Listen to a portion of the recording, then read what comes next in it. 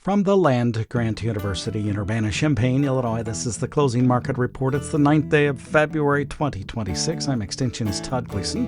Coming up, we'll talk about the commodity markets with Curt Kimmel of agmarket.net out of Normal, Illinois. We'll discuss the agricultural weather forecast with Mark Russo. He's at EverStream Analytics. And along the way, we'll take up a couple of things, the news for the day, as well as a brand new article from the farmdoc team about ad hoc payments, as well as the ARC and PLC programs and how they've been bumping into each other over the last several years. And I'll remind you to pick up your tickets to the All-Day Ag Outlook. It's at the Beef House on Tuesday, March the 3rd. That's not one, not two, but just 3 weeks away now. So buy your tickets today at WILLAG.org. Todd Gleason services are made available to WILL by University of Illinois Extension. Just a quick note about the All-Day Ag Outlook. It is our 36th annual event. You can join the analyst from WILL, the farmdoc team for the day. We'll cover the basics this year, including markets, weather, weeds, trade, competition, land values, crop insurance decisions, and so much. More details are online again at willag.org. We'll kick things off with Eric Snodgrass. Joe Jansen will be there to talk about the fundamentals of the grain market. Joanna Calusi, who is now with Purdue University, will be in again to talk about South America. Ellen Dearden, Greg Johnson, and Chip Nellinger will be on our soybean panel. Curt Kimmel, who you'll hear in a moment, along with Matt Bennett, Brian Stark, and Mike Suslow on the corn panel. Aaron Hager will be in to discuss weeds and the issues you most assuredly will have this year with them in your fields. And then we'll take up the value of farmland with Bruce Sherrick.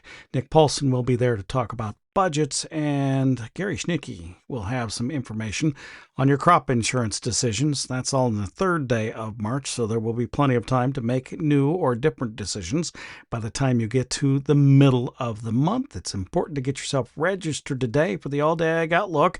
Do that online. The cost is just $40 at WILLAG.org. Now let's get an update from the settlement prices at the CME Group in Chicago. March corn for the day at $4.28 3/4, a penny and a half lower. The May down 1 3/4. It settled at $4.37. And December corn, $4.57 1/4, a half-cent lower. March soybeans down 4 1/2 at $11.10 3/4. The May at $11.25, 3 3/4 lower. And November soybeans, new crop at $10.95 3/4, up a penny and 3/4 for the day. Bean meal futures, $5.80 lower. The bean oil up $1.36. Wheat futures, a penny lower at $5.28 3/4 in the March. And the July, or rather the March for the hard red, down 2 1/2 at $5.28 3/4 cents as well. Live cattle futures at $238.20, 95 cents higher. Feeders at $367.45, 2 1/2 higher. And lean hogs for 100 pounds down $1.22 1/2 at $96.72 cents. Crude oil $64.36 a barrel, up 81 cents. Diesel fuel around 0.3 cents higher. It's at $2.41 6/10. And gasoline at $1.98 1/2. That's up 3.2 cents for the day. Now joining us to take a look at this marketplace is Curt Kimmel. He is with agmarket.net. Hi, Curt. Thanks for being with us. Been a couple of weeks since you and I talked. How have you been? Well, we're hanging in there, surviving. The market volatility's starting to pick up a little bit.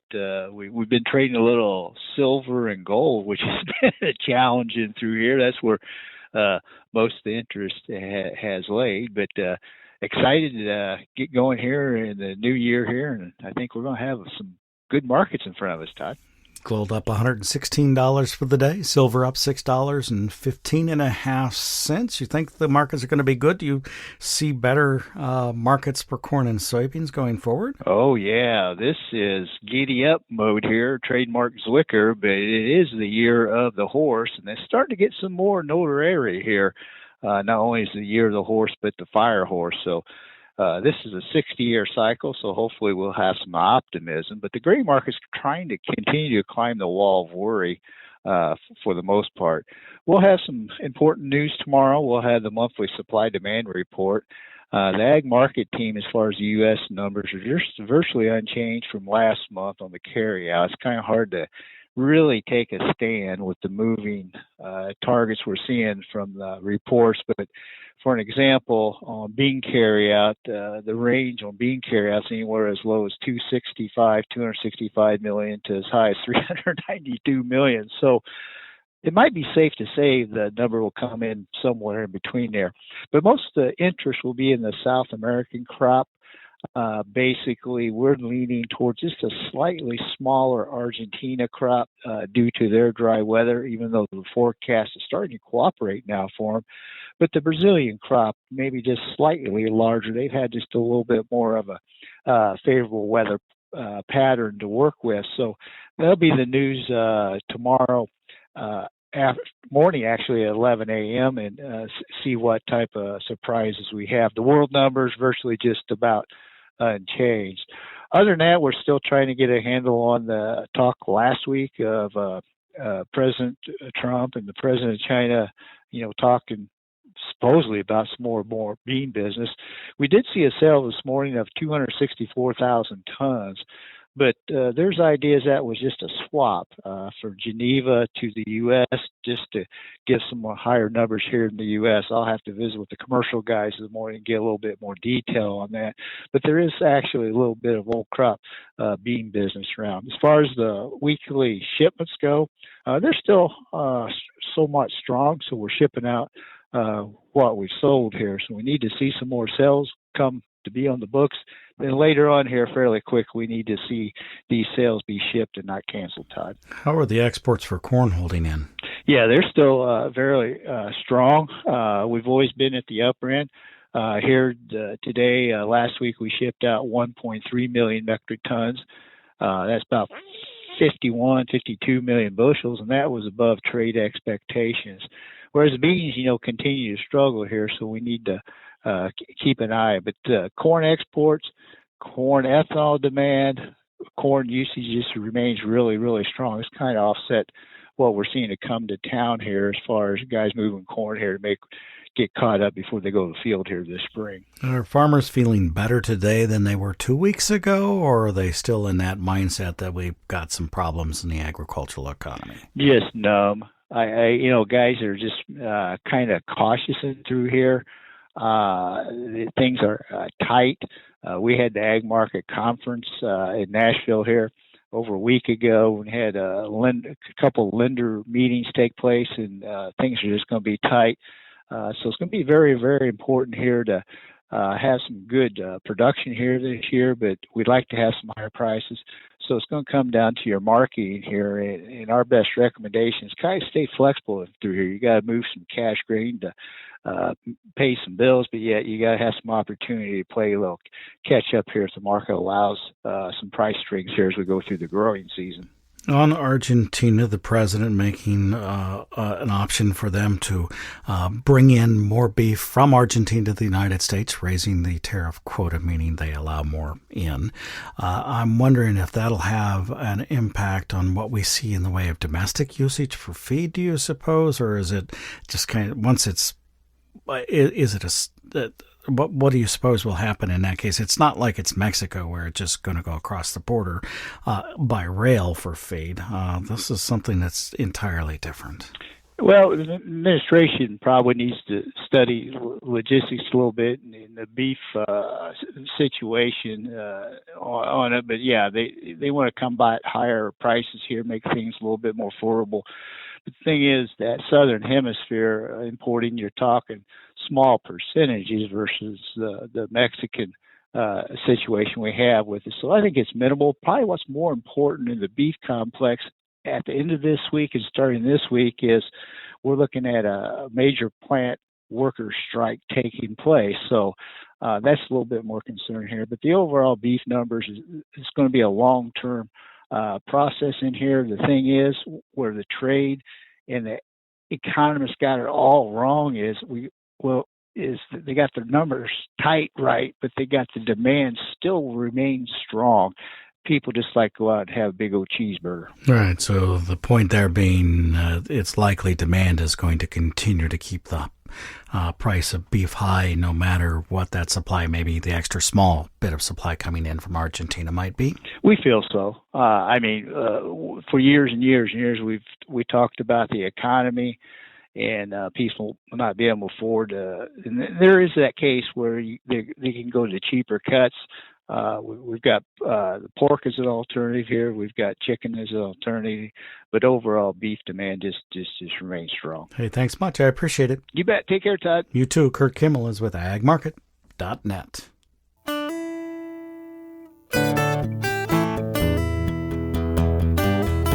In today's agricultural news, we'll start with the ad hoc payments called the Farmer Bridge Assistance Program. Richard Fordyce, USDA Undersecretary for Farm Production and Conservation, says things are looking good to get that help into the hands of producers still this month.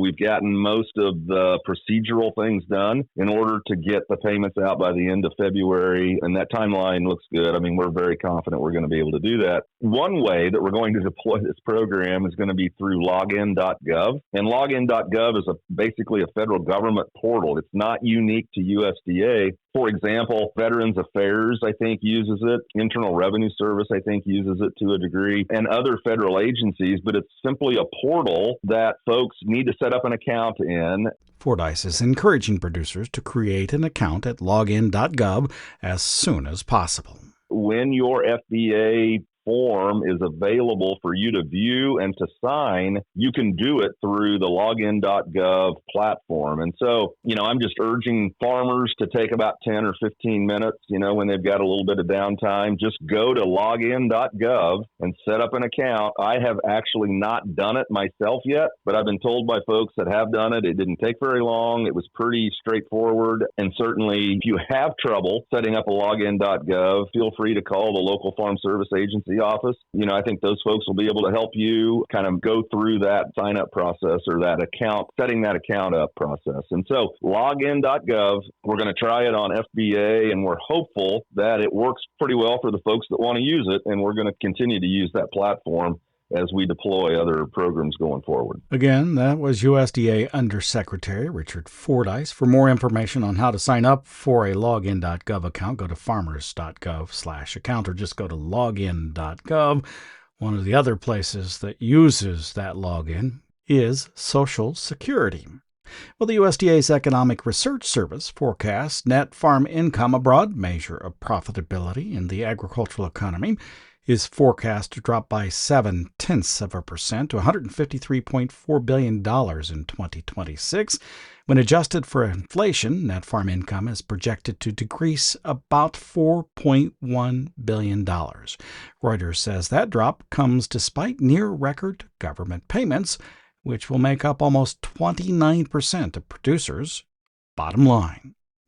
Staying with the economics of agriculture, the Modern Ag Alliance has issued a report on the state of the American farmer, showing that agriculture is facing one of its most challenging periods in a generation. The report says the economic pressures and activist campaigns against modern agriculture have created conditions where even the most resilient operations are feeling strain. These pressures extend well beyond the farm gate, giving price instability across the economy for the food, fuel, and fiber that depend on agricultural production. The report shows farmers face profitability challenges, with only about half of the farmers expected to be profitable in the past year. Farm bankruptcies have seen a 60% year-over-year increase, surpassing the 2024 total by mid-2025.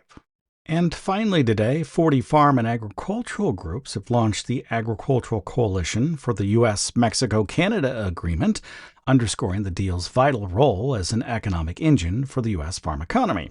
The groups are calling for its renewal with targeted improvements. As part of the launch, the group unveiled a new website and kicked off a new ad campaign, all of which is designed to promote the benefits afforded to the U.S. ag sector as the administration approaches the mandatory 2026 review. USMCA is one of the president's signature achievements and has significantly propelled the ag economy, said Brian Goodman, a spokesperson for the new group. He's with the National Corn Growers Association. He says, "We're not saying it's perfect, as some changes are warranted, but we're saying it's of paramount importance to farmers that all three countries renew the agreement." The agreement has significantly increased U.S. agricultural exports to Canada and Mexico and provided more certainty between the three nations. That's a look at today's agricultural news.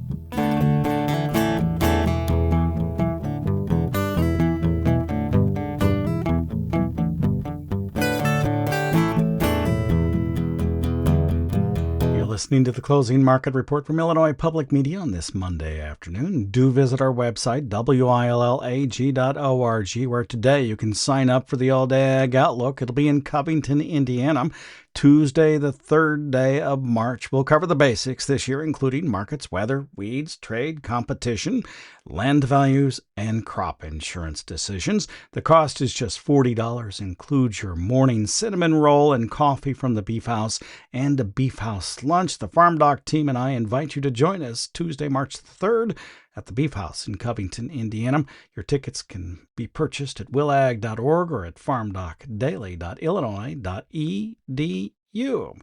Now up next, a FarmDoc Daily article. Has the U.S. crop safety net become excessive?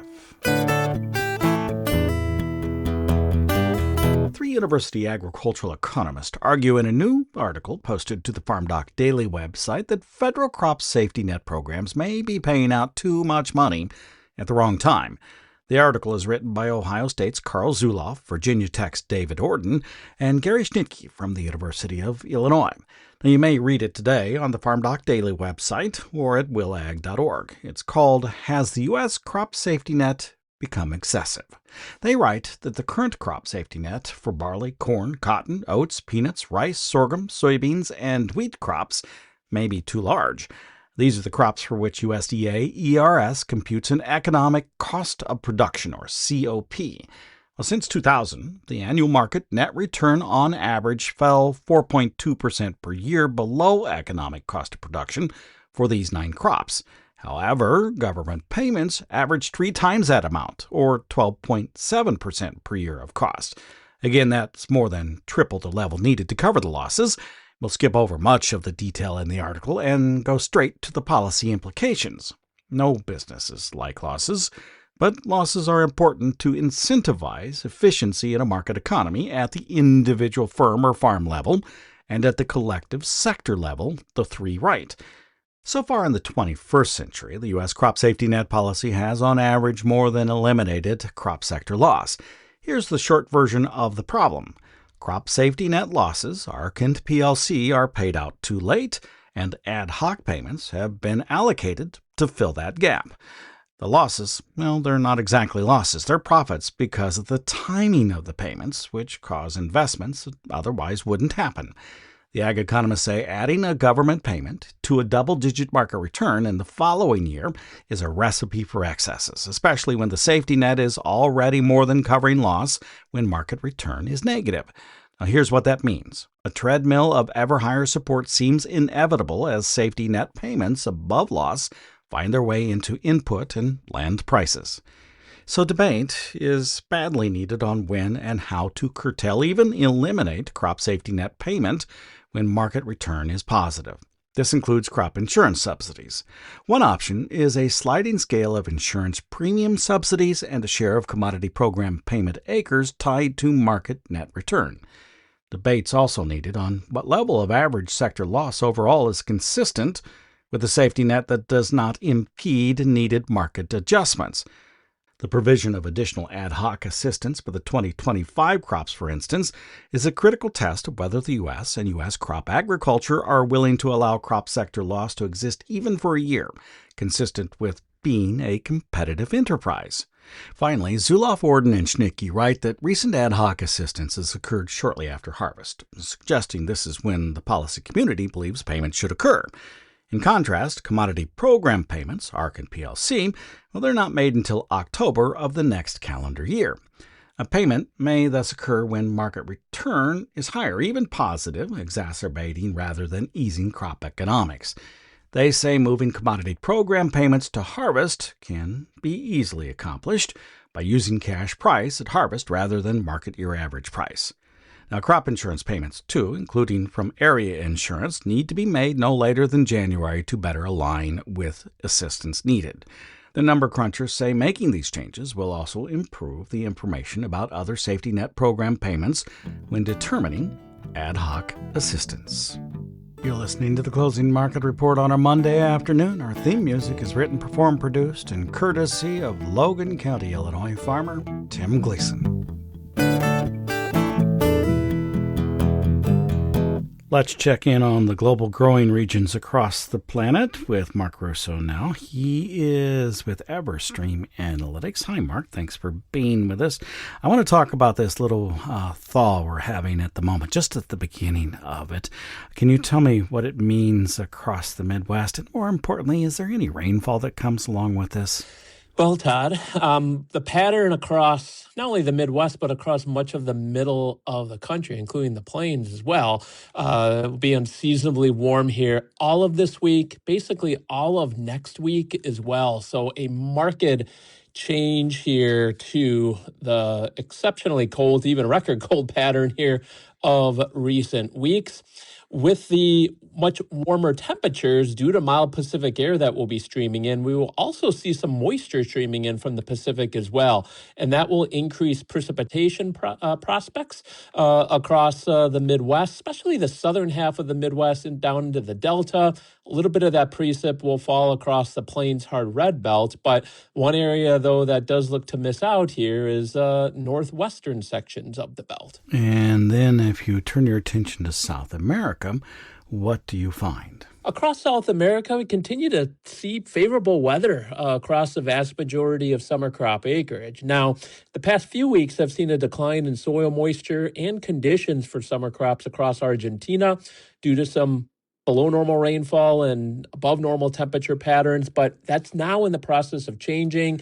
The pattern now is featuring more normal rainfall, and along with that, too, seasonal temperatures that will help stabilize crop conditions and ultimately here just kind of keep things in good shape without any kind of significant items of note. Hey, thank you much. I appreciate it. Look forward to talking with you again next week. You're welcome, Todd. Thanks for having me. Mark Russo is with EverStream Analytics. Joined us on this Monday edition of the Closing Market Report that came to you from Illinois Public Media. It's public radio for the farming world online on demand at willag.org, willag.org. Well, you'll find information from the crop scientist, the ag economist, and the animal scientist at the University of Illinois, along with today a way to register for the all-day Ag Outlook. It's in just 3 weeks on Tuesday, the 3rd day of March. Don't forget to get your tickets right now. The cost is just $40, and that includes your morning coffee and rolls from the Beef House, plus the Beef House lunch. That's worth the cost there. And you'll have the farmdoc team, the ag economist, along with weed scientist Aaron Hager there for the day. We'll do land values, crop insurance, so much more. Panel discussions on the price of corn and soybeans going forward. And Eric Snodgrass will join us, too, to kick off things, taking a look at the weather for the growing season in the United States. At the All-Day Ag Outlook, it's Tuesday, the 3rd day of March. The cost is $40. Tickets are available online today at willag.org. I'm Todd Gleason.